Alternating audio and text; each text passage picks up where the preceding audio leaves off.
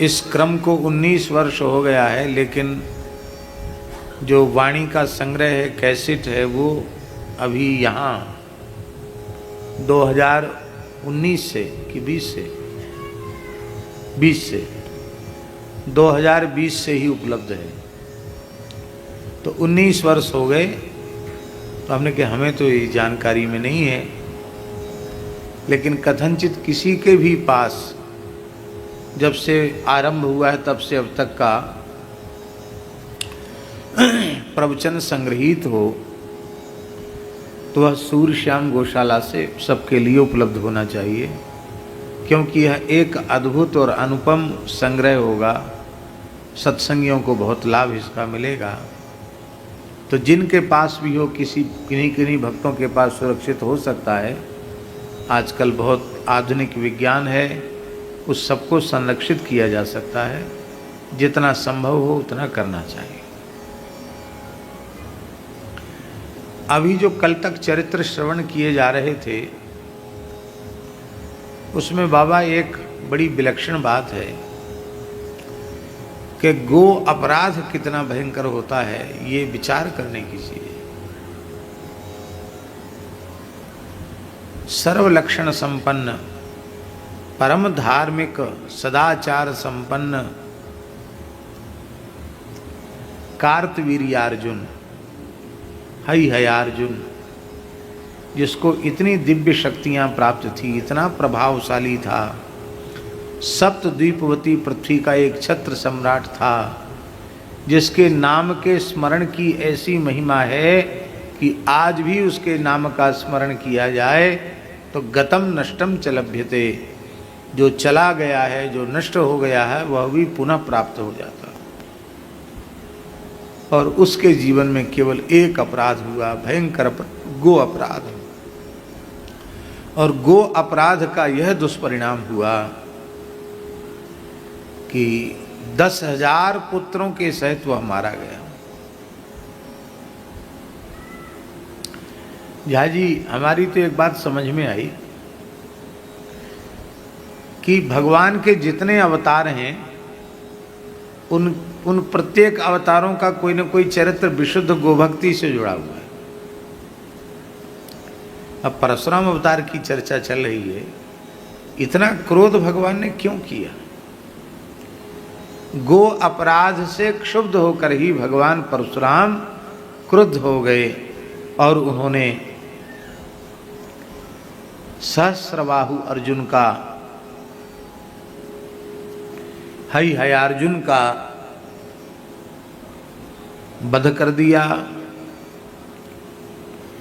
17 अक्षौहिणी सेना उसकी समाप्त कर दी और उसके 10,000 पुत्रों को भी मौत के घाट उतार दिया।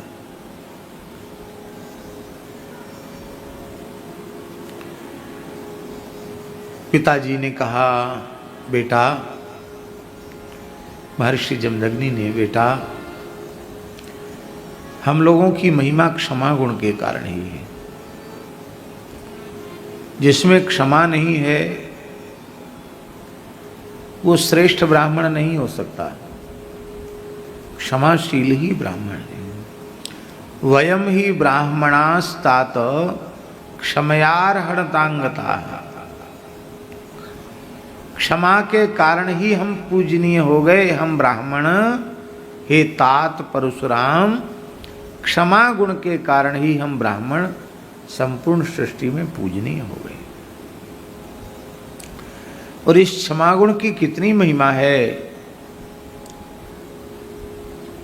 हमारे सबके पितामह श्री ब्रह्मा जी, वे भी क्षमा गुण के कारण ही परमेष्ठी पद के अधिकारी हुए। यया क्षमया लोक गुरु देवा। यह देवा का अर्थ देवता नहीं है, परमात्मा भगवान ब्रह्मा जो लोक गुरु हैं, वे परमेष्ठी पद के अधिकारी हुए, ब्रह्म पद के अधिकारी हुए। हे वत्स, क्षमया रोचते लक्ष्मी ब्राह्मी शौरी यथा प्रभा क्षमिणा मासु भगवांस्तुष्यते हरिरीश्वरः। ब्राह्मणों की शोभा क्षमा गुण से ही है। यहां प्रकरण ब्राह्मण का चल रहा है, इसलिए ब्राह्मण की बात माननी चाहिए। और दास के विचार से ब्राह्मण समाज का मुखिया है, इसलिए ब्राह्मण का ग्रहण करने से संपूर्ण मनुष्य जाति का ग्रहण हो जाता है। वस्तुतः मनुष्य वही श्रेष्ठ है जिसमें क्षमा गुण। ब्राह्मणों की शोभा क्षमा गुण के कारण है। क्षमाशील ब्राह्मण की आभा प्रभा सूर्य की प्रभा के समान, सौरी यथा प्रभा, सूर्य भगवान की जैसी कांति ऐसी कांति प्रकाशित हो जाती है। और हे वत्स परशुराम, जो क्षमाशील होते हैं उन पर भगवान शीघ्र प्रसन्न हो जाते हैं। भगवान की उपासना की तो महिमा है ही, पर दया क्षमा आदि ऐसे सद्गुण हैं। आगे आप सुन चुके हैं, दया सर्वभूतेषु संतुष्ट्या येन केन वा सर्वेन्द्रियोपशांत्या च तुष्यत्याशु जनार्दनः। चौथे स्कंध में देवर्षि नारद जी कह रहे हैं, प्राणी मात्र पर दया करने से, हर परिस्थिति में सदा संतुष्ट रहने से, येन केनचित्, कुछ मिले तो भी संतुष्ट हैं, कुछ भी न मिले तो भी संतुष्ट हैं। अपने मन को अपनी इंद्रियों को जो शांत रखते हैं, ऐसे जो जितेंद्रिय पुरुष हैं, सदाचारी पुरुष हैं, उनसे भगवान शीघ्र प्रसन्न हो जाते हैं।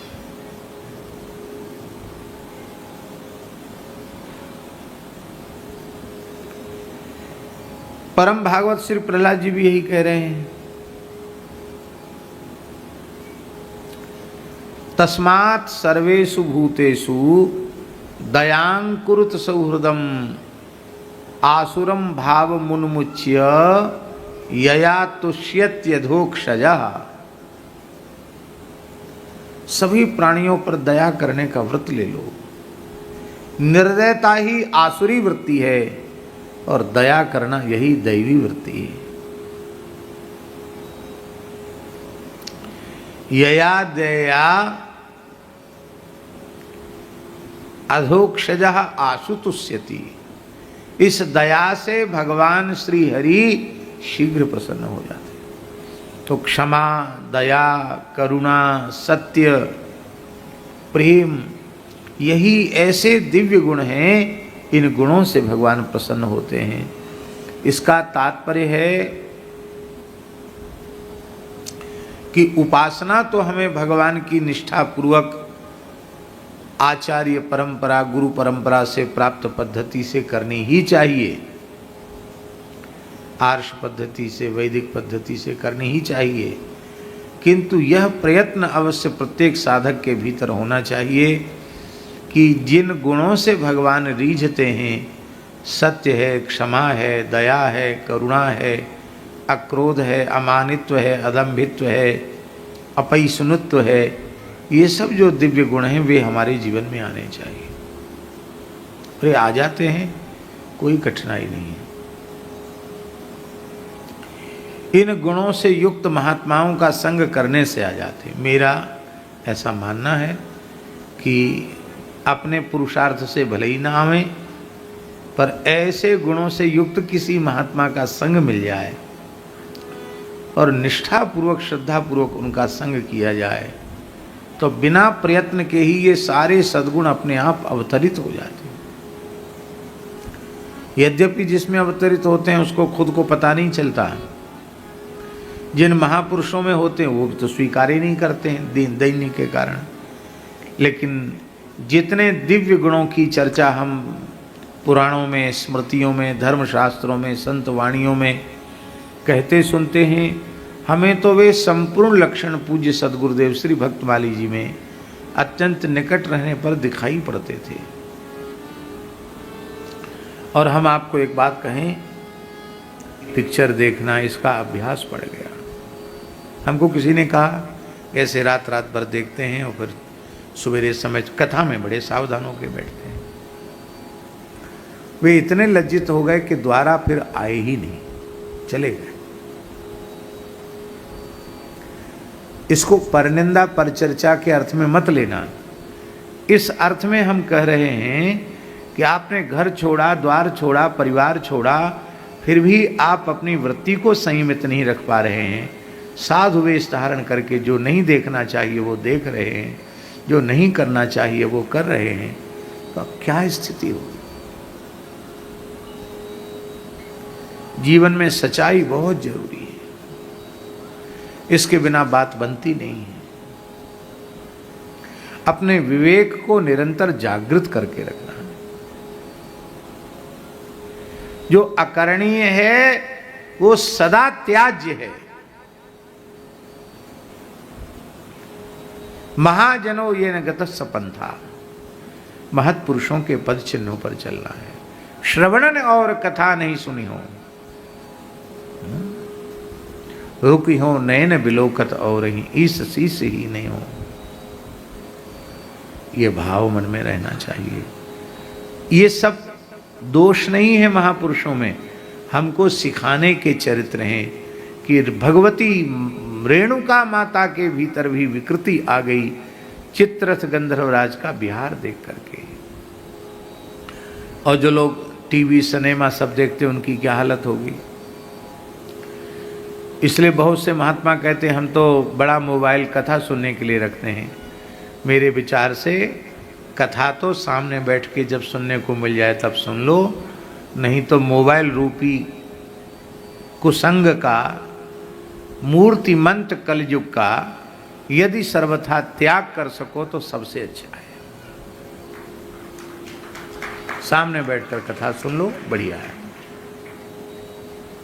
बाकी समय बचे सदग्रंथ का स्वाध्याय करो और महा महा महिमामय पतित पावन श्री भगवान नाम का आश्रय लो। बस क्या कहना, इससे बढ़कर के कोई बात नहीं है। कालात्ययम तम विलोक्य मुने शाप विशंकिता आगत्य कलशम तस्थौ पुरोधाय कृतांजलि। वो डर गई कि महर्षि शाप दे देंगे और समय का अतिक्रमण तो हो ही गया है, तो आकर के जल्दी जल्दी माता रेणुका ने वह गंगा जल से भरा हुआ कलश महर्षि जमदग्नि के सामने रख दिया। देखते ही महर्षि जमदग्नि ने कहा, क्रुद्ध होकर के कहा, व्यभिचारम मुनिर्ज्ञात्वा पत्न्या प्रकुपितो ब्रवीत घ्नतई नाम पुत्रका पाप मित्युक्तास्तेन चक्रिरे। केवल शरीर से अपकर्म करना ही अपकर्म नहीं है। गाली देना अच्छा नहीं है। सबसे पहला दोष मनमोहन जी गाली में ये है कि गाली सदा झूठी ही होती है, सत्य तो होती नहीं। तो आपने गाली दिया तो झूठ बोला। अब किसी को आपने कहा साले, वो आपका साला हो गया क्या? झूठी बात है कि नहीं? उसकी बहन आपको ब्याही नहीं तो आप साला कैसे हुआ वो? इसको तो लोग गाली में ही नहीं मानते, कहते ये गाली वाली नहीं है। तो सबसे पहला दोष तो है कि गाली सत्य होती, झूठी होती। हाँ, विवाह के प्रकरण में यह गारी नहीं, यह गारा, वो गाली झूठ नहीं है, वो तो एक प्रकार से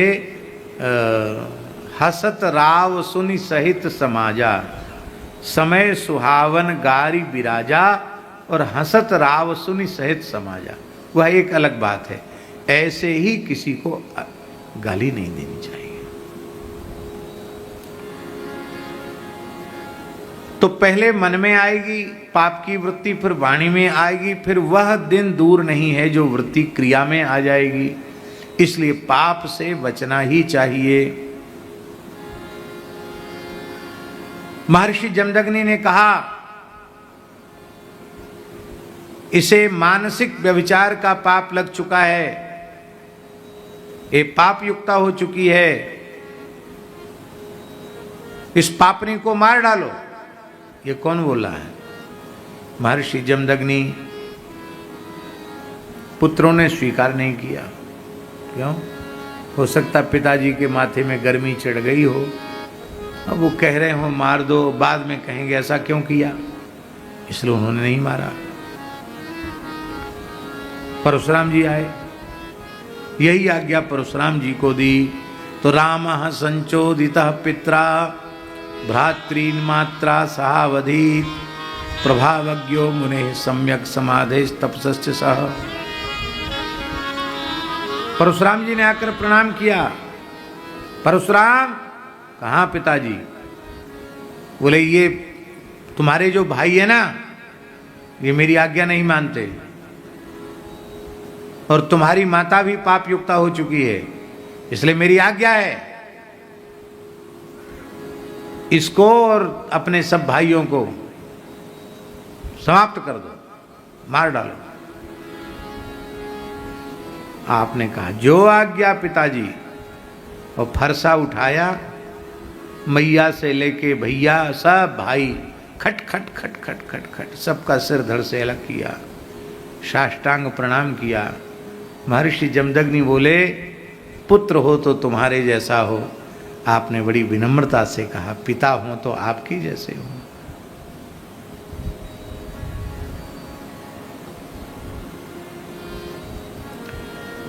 अब बहुत ध्यान से सुने, कथाओं को बहुत ध्यान से सुनना भी चाहिए और समझना चाहिए।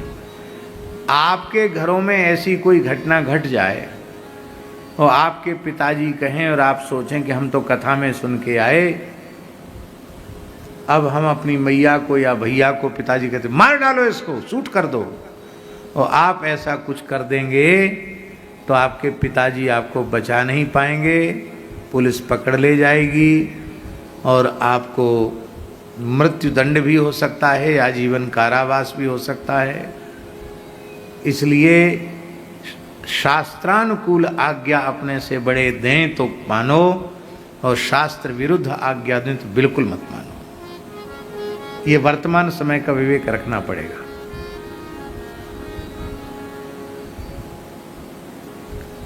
क्योंकि आज्ञा देने वाला सामर्थ्यवान नहीं है, आज्ञा देने वाला सामर्थ्यहीन है। तो सामर्थ्यहीन व्यक्ति की आज्ञा का पालन नहीं, सामर्थ्यवान व्यक्ति की आज्ञा का पालन। इसलिए ये आगे के श्लोक के चरण में ये बात स्पष्ट कर दी, प्रभावज्ञो मुनेः सम्यक समाधेश तपसश्च सह। उनकी समाधि और उनकी तपस्या का जो दिव्य प्रभाव है, उस प्रभाव को भगवान परशुराम जानते थे कि ये धर्म विग्रह मेरे पूज्य पिता अधर्म की आज्ञा नहीं दे सकते। क्रोध तो इनमें है ही नहीं, ये अपने पुत्रों को और अपनी पत्नी को निष्पाप बनाना चाहते हैं, इसलिए मुझे तो इनकी आज्ञा का पालन करना है। बहुत प्रसन्न हो गए। वरेण छंदयामास प्रीतः सत्यवती सुतः बब्रे हतानाम रामोपि जीवितम चास्मृतिम बधे, चास्मृतिम बधे। मैं बहुत प्रसन्न हूं तुम्हारे ऊपर, जमदग्नि महर्षि ने कहा।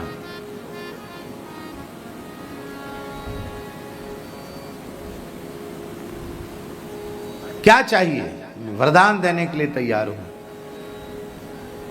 तब आपने कहा कि भगवान मुझे मातृ भ्रातृ हत्या का पाप स्पर्श न करे, पहला वर, और मेरी माता और मेरे भाई तत्काल जीवित हो जाएं, और तीसरा वर, इनको ये याद न रहे कि परशुराम ने मेरा सिर काटा था, क्योंकि ये याद इनको रहेगा कि परशुराम यही है वो मेरा भाई जिसने फरसा हमारे गले पर ही चला दिया, तो घर में राग द्वेष का वातावरण हो जाएगा। पिताजी ने कहा एवमस्तु। इतना कहते ही उनकी माता का सिर उनके धड़ पर और उनके भाइयों का सिर उनके धड़ पर माता और भाई सब जीवित हो उठे और किसी को यह याद नहीं रहा कि ऐसी घटना भी घट चुकी है। परशुराम ने मस्तक काटा है। उत्तस्थुस्ते कुशलिनो निद्रा पाए इवांजसा, जैसे कोई निद्रा पूरी होने के बाद व्यक्ति सो करके उठ के बैठ जाता है, ऐसे ही रेणुका माता और उनके पुत्र माने परशुराम जी के भाई सब उठ करके बैठ गए और किसी को याद नहीं रहा कि परशुराम जी ने हमारा वध किया था। पितृविद्वांस तपोवीर्यम रामश्चक्रे सुहृदवधम द्वारा उसी बात को स्पष्ट कर रहे हैं। पिता के अप्रतिम प्रभाव को जानने वाले परशुराम जी ने अपने सुहृदों का वध किया था। यदि वो प्रभाव को न जानते होते तो ऐसा न करते। इसका तात्पर्य है कि ऐसा प्रभावशाली व्यक्ति आज्ञा देने वाला हो जो मार के फिर से जीवित कर सकता है और पाप से बचा सकता है तो करना चाहिए। यहाँ गोवर्धन की एक घटना आपको सुनावे। ये गऊ घाट है ना मानसी गंगा पे, गऊ घाट से लगा हुआ है कनक भवन आश्रम। बाबा श्री राधे श्याम बाबा थे, बड़े सिद्ध पुरुष थे। राधे श्याम बाबा का स्थान है। हमारे पूज्य गुरुदेव भक्तमाली जी को राधे श्याम बाबा का भी संग खूब मिला। महाराज जी अनेक बातें उनकी सुनाते थे। बाबा बड़े तपस्वी थे। भरतपुर जिले में झाड़करी के जंगल में 1 अरब महामंत्र का जप किया था उन्होंने। कितना? हरे राम राम राम हरे हरे, हरे कृष्ण कृष्ण कृष्ण हरे हरे। इसको 16 नहीं माना, इसको 1 माना। संख्या में 16 नाम न मानकर 1 मंत्र माना इसको, 1 महामंत्र। इस हिसाब से 1 अरब जपा तो 16 नाम गिने जाएं तो 16 अरब जपा, ऐसा समझो। और इस जप संख्या को पूर्ण करने में उनको 56 वर्ष लगे। 56 वर्ष केवल दोना भर छाछ पी के और इतना गुड़ खा करके उन्होंने ये भजन किया। साधु विधिवत विरक्त वेश पीछे लिया, भगवत साक्षात्कार पहले हो गया। श्री तुलसीदास जी को गुरु मानकर उन्होंने साधन आरंभ किया था। तुलसीदास जी को गुरु मानकर साधन आरंभ किया। हनुमान जी प्रकट हो गए। क्या चाहिए? बोले हमारे गुरु जी का दर्शन। अकेले गुरु जी का नहीं, पूरे राम दरबार के सहित गुरु जी का चित्रकूट में दर्शन। ये हनुमान जी से वर मांगा। यही ब्रज की ही बात है। हनुमान जी ने कहा, अपनी भुजा फैलाई, बैठ जाओ इस पर। बैठ गए। नेत्र खोलो। नेत्र खोले तो चित्रकूट में कामदगिरी के निकट खड़े हैं। पूरा राम दरबार विराजमान है और गोस्वामी तुलसीदास जी भी वही हैं। दंडवत प्रणाम किया। गुरु जी ने हृदय से लगाया। कहा ठीक है, तुम शिष्य हो, मैं तुम्हारे भाव को हमने स्वीकार किया, लेकिन अमुक संत से तुम विधिवत वेश ले लो। तब उन्होंने विधिवत वेश लिया। तो उनके गुरुजी ने नाम रखा था बाबा सीताराम दास। और जब सेवा कुंज में महारास का दर्शन उनको हुआ और राधा रानी ने सिर पे हाथ धर के बाबा अब तू राधे श्याम है जा, तब से ब्रजवासी अपने आप उनको राधे श्याम बाबा कहने लग गए। तो बाबा रहते थे एकदम ऐसी, झोपड़ा थे उस समय, कोई मकान वकान नहीं था, झोपड़ा थे कच्चे, और गैया के गोबर से चौका लगता रहता। कोई आयो चौका लगा, कोई आयो चौका लगा। बहुत पवित्र रहते थे बाबा। तो एक पता नहीं कहां से कुतिया परक गई, वो फट से धूना के पास आ गई। हे भगा! उनकी सेवा में थे बाबा, उनके चेले ही थे राधे श्याम बाबा के। उनका नाम था मस्तराम बाबा। तो मस्तराम बाबा को कहते मस्ता भगा, कुतिया भगा। भगा देता। फिर कुतिया भग गई तो कहते अब लगाओ, चौका लगाओ। तो गाय के गोबर से मिट्टी, पोतड़ा जो होता ना, पोतड़ा से चौका लगाते कच्ची जगह। थोड़ी देर में फिर कुतिया आ गई, ए भगाए इसको, पोता लगा। दिन में कई बार कुतिया आई। शाम को बाबा थोड़े तेज कड़क करके बोले, ए मस्ता क्या करता है, मार दो इसको। मार देने का मतलब उनका ये नहीं था कि जान से ही मार दो, इसका मतलब डांटते हो फिर आ जाती है, इतना धमका दो कि जल्दी ना आवे यहाँ, ये उनका कहने का आशय था। पर शिष्य ऐसा आज्ञाकारी था मस्तराम बाबा वाले, डंडा मारा इतना जोर का कि कुतिया च्यूं म्यूं कुछ न कर पाई, एक डंडे में जय सिया राम, मर गई बेचारी। बाबा बोले, रे राम राम राम राम, तू साधु है कि कसाई, दया का नाम निशान तेरे हृदय में नहीं है, बता तेने कुतिया मार दी, कितना भारी पाप है, बोल कौन भोगेगा ये पाप। तो मस्तराम बाबा हाथ जोड़ के बोले, बाबा गुरुजी हम पाप पुण्य नहीं जानते, हम तो आपकी आज्ञा को मानते हैं, हम तो जान के इसलिए इतनी ताकत से डंडा मारा कि आपने कहा मार दो, और जिंदी रह जाती तो आज्ञा का उल्लंघन हो जाता। अरे मस्ता, तैने हमारे ऊपर ही पाप चढ़ा दिया, चलो कोई बात नहीं। तो बाबा सत्य घटना है ये। तो पूज्य श्री राधे श्याम बाबा मानसी गंगा से मिट्टी के घड़ा में जल भर के लाए, कुतिया के शरीर को गंगा जल से स्नान कराया, गैया के गोबर से लीप करके लकड़ी रखी, कंडा रखे, चिता बनाई, उसकी छाती पर मुख पर सूखा हुआ तुलसी का काष्ठ रखा और उसका संस्कार अपने हाथ से करके बोले कि श्री तू ठाकुर जी के नित्य गोलोक में जा, और मेरा चेला बड़ा भोला है, हे गिरिराज बाबा ऐसी कृपा करियो, ये भोला मस्तराम अपने में समझ बूझ के आज्ञा दूंगो, ये इसको पाप न लगे बेचारे को। कुतिया का संस्कार जैसे कोई मनुष्य का करता है, ऐसे राधे श्याम बाबा ने विधिवत संस्कार किया। और संस्कार के बाद बोले, मस्ता देख कल 13वां दिन है, भंडारा होगा, तो तू परकम्मा जाना, जो कुत्ता मिले उसी को हाथ जोड़ के कहना कि तुम्हारी बिरादरी का न्योता है। महाराज सैकड़ों कुत्ता इकट्ठे हो गए चकलेश्वर के आसपास, ये जो गंगा जी का किनारा है, और सब कुत्तन को जमाया बाबा ने। ऐसी घटना या तो बड़े बाबा परम पूज्य अनंत श्री संपन्न श्री राधा रमण चरण दास देव जी महाराज, उनके जीवन में ऐसी घटना सुनी जाती है, या ब्रज में राधे श्याम बाबा के जीवन में घटना सुनी जाती है। हैं जी, हाँ जटा वाले बाबा, करह वाले बाबा, हाँ करह वाले बाबा के जीवन में भी इस प्रकार की घटना है। तो महापुरुषों का बड़ा दिव्य जीवन चरित्र होता है।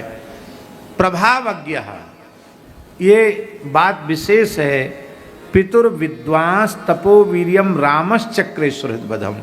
श्री परशुराम जी ने अपने पिताजी के अप्रतिम तप और तेज को समझा, उनके प्रभाव को समझा, इसलिए सुहृदों का वध किया, उसका पाप उन्हें नहीं लगा।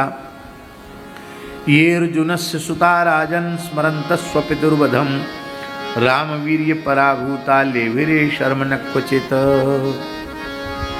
अब 10,000 तो लड़के मारे गए थे, और भी कुछ लड़के थे जो बच गए थे, 10,000 के अतिरिक्त वे हार करके भाग गए थे। राम वीर्य पराभूता, भगवान परशुराम जी के पराक्रम से वो पराजित होकर के इधर उधर भटक रहे थे, और वो कभी शांति, एक क्षण के लिए भी वो शांति उन्हें नहीं मिलती थी, चैन नहीं मिलता था। वे निरंतर सोचते थे कि अपने पिता की मृत्यु का बदला हम कैसे लें। एक बार वो सब विरोधी, वो है अर्जुन के पुत्र, बचे खुचे पुत्र, वहाँ महर्षि जमदग्नि के आश्रम में पहुँचे, और जमदग्नि के आश्रम में पहुँच करके उन्होंने समाधि में बैठे हुए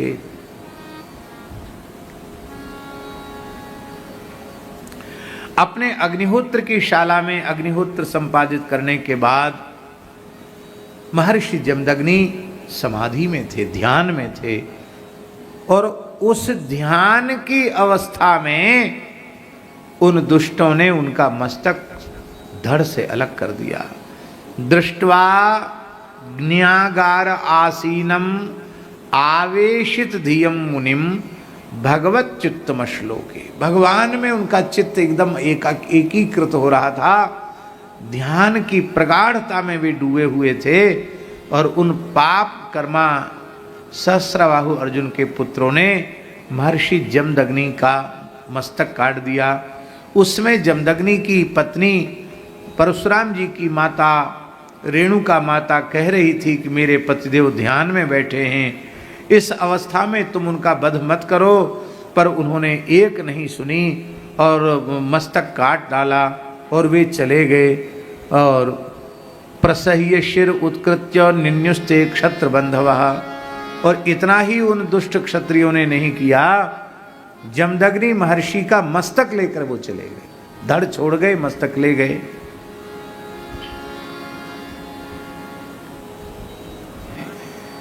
आपके पिताजी का सिर धड़ से जुड़ गया।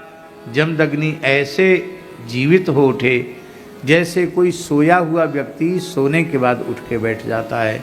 बोलो भगवान परशुराम जी महाराज की जय। पितुः कायेन संधाय शिर आदाय बर्हिषि सर्वदेवमयम देवम आत्मानमय जन्मखैहि।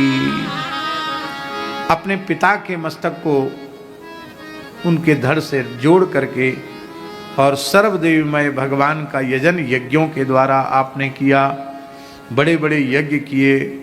उस यज्ञ में जो ब्राह्मण होता थे उनको पूर्व दिशा का दान कर दिया, जो ब्रह्मा थे उस यज्ञ में उन्हें दक्षिण दिशा का दान कर दिया, जो उस यज्ञ में अध्वर्यु पद पर विराजमान ब्राह्मण थे उनको पश्चिम दिशा का दान कर दिया, और जो ब्राह्मण उसमें साम गान कर रहे थे, साम वेद की ऋचाओं का गायन कर रहे थे, उनको उत्तर दिशा का दान कर दिया। और बीच का जो गंगा यमुना का मध्य जिसको आर्यावर्त कहते हैं, ये कश्यप जी को दे दिया। अवान्तर दिशाएं विदिशाएं कश्यप जी को दे दी, और आर्यावर्त जो उस यज्ञ में सदस्य थे उनको दे दिया, उपद्रष्टा को और सदस्यों को आर्यावर्त मैंने गंगा यमुना का मध्य दे दिया। और फिर संपूर्ण यज्ञों को करके यज्ञांत स्नान किया, संपूर्ण पापों से वे मुक्त हो गए। और ब्रह्म नदी सरस्वती के तट पर सरस्वत्याम ब्रह्म नद्याम रेजे व्यभ्र इवांशुमान, जैसे बिना बादलों के और बीच में सूर्य अपने प्रचंड प्रताप से प्रकाशित हो जाता है, ऐसे ही भगवान परशुराम निष्पाप होकर के प्रकाशित होते। बोलो भगवान परशुराम जी महाराज की जय। स्वदेहम जमदग्निस्तु लब्ध्वा संज्ञान लक्षणम ऋषीणाम मंडले सोभूत सप्तवो राम पूजिता। मेरे पुत्र ने ही मुझे पुनः जीवित किया, और ऐसा जान करके वे बड़े प्रसन्न हुए। और परशुराम जी ने उन्हें सप्तर्षि मंडल में प्रतिष्ठित किया। वर्तमान में जो सप्तर्षि मंडल है उसमें परशुराम जी के पिताजी जमदग्नि विराजमान हैं, और अगले कल्प में जो सप्तर्षि मंडल आने वाला है उसमें परशुराम जी भी सप्तर्षि मंडल में आ जाएंगे, और श्री अश्वत्थामा जी सप्तर्षि मंडल में आ जाएंगे। अगले कल्प में ब्रह्मा जी की गद्दी को हनुमान जी सुशोभित करेंगे। बोलो भक्तवत्सल भगवान की जय। ये गद्दी बदलती रहती हैं, सप्तर्षियों की, सूर्य चंद्र की, ब्रह्मा जी की, सबकी गद्दी बदलती, राम जी की गद्दी नहीं बदलती, श्री कृष्ण की गद्दी नहीं बदलती है, बस और सबकी गद्दी बदलती रहती है। बोलो भक्तवत्सल भगवान की जय। जामदग्न्योऽपि भगवान रामः कमललोचनः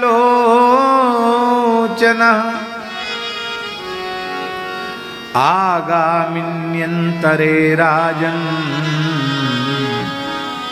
वर्तयिष्यति वै बृहत्। सुखदेव जी करे, हे राजन परीक्षित, कमल लोचन जमदग्नि नंदन भगवान परशुराम। ये कमल लोचन जो शब्द है वो बड़ा विलक्षण है। अब हम क्या कहें, ऐसा समझो और रंग रूप आकृति प्रकृति बदल जाती है, पर भगवान की आंख नहीं बदलती है। वे नृसिंह हो तो कमल नयन है, वे वाराह हो तो कमल नयन है, वे हंस हो तो भी कमल नयन है, वो हैग्रीव हो तो भी कमल नयन है, वो व्यास हो तो भी कमल नयन है, वो सनकादिक हो तो भी कमल नयन है। अरे महाराज, रामकृष्ण तो कमल नयन है ही, समस्त स्वरूप कमल। अब देखो परशुराम जी को कमल नयन कहा जा रहा है। ये ठाकुर जी का विशेष लक्षण है, आंख। नहीं तो और प्राणियों की आंख अलग अलग प्रकार की होती कि नहीं, लेकिन भगवान किसी स्वरूप में चले जाएं, नेत्र तो उनके कमलवत ही होते हैं। कर्णांत दीर्घ नयनम नयनाभिरामम, भगवान बड़े नयनाभिराम हैं। बरमपुर गंजाम उड़ीसा में उसके आगे है। उस समय तो पैदल चल के बहुत पहाड़ चढ़ के हम लोग गए थे, और अब तो सुनते हैं काफ़ी सुविधा वहाँ पहुँचने की हो गई है। दिव्य जलधारा है, पांडव भी वहाँ गए थे। आज भी महाराज महात्माओं को नहीं बाबा, कोल भीले जो भोले भाले शुद्ध आत्मा के होते हैं, उन कोल भीलों को भी परशुराम जी मिल जाते हैं। एक संत ऐसे हैं जिन्होंने परशुराम जी का प्रत्यक्ष वहाँ दर्शन प्राप्त किया, आज भी हैं। इसका हमारे कहने का प्रयोजन ये, आज भी हम तो वहाँ जब महेंद्रगिरी पर गए तो हमें तो परशुराम जी का प्रत्यक्ष दर्शन नहीं हुआ, लेकिन वहाँ जाने से इतनी चित्तवृत्ति शांत हो गई, इतनी अंतर्मुखता बढ़ गई कि हमको तो ऐसा लग रहा था पहली बार ही गए वहाँ कि अपने साथ वालों को हम हाथ जोड़ लें और कहें भैया तुम लोग जाओ, हमको अकेला छोड़ दो, अब हमको कहीं नहीं जाना है, यहीं रहना। इतनी चित्तवृत्ति शांत हो गई, बड़ा दिव्य स्थल है। भगवान परशुराम कभी चाहेंगे तो एक बार कम से कम 1 महीना निवास करने का भाव, ऐसी कथा कीर्तन करें। सुविधा वहाँ कुछ नहीं, जंगल में जैसे लोग रहते वैसे रहना पड़ेगा, पर वहाँ ऐसा भाव है कभी 1 महीने वहाँ निवास का अवसर मिले। वैसे तो चातुर्मास 2 महीने का होता है, लेकिन अब रेवासा में भादों में, प्रत्येक भादों में पूज्य महाराज जी को उत्सव में उपस्थित होना आवश्यक है, इसलिए अब 2 महीने वाला क्रम 1 महीने में हो गया है।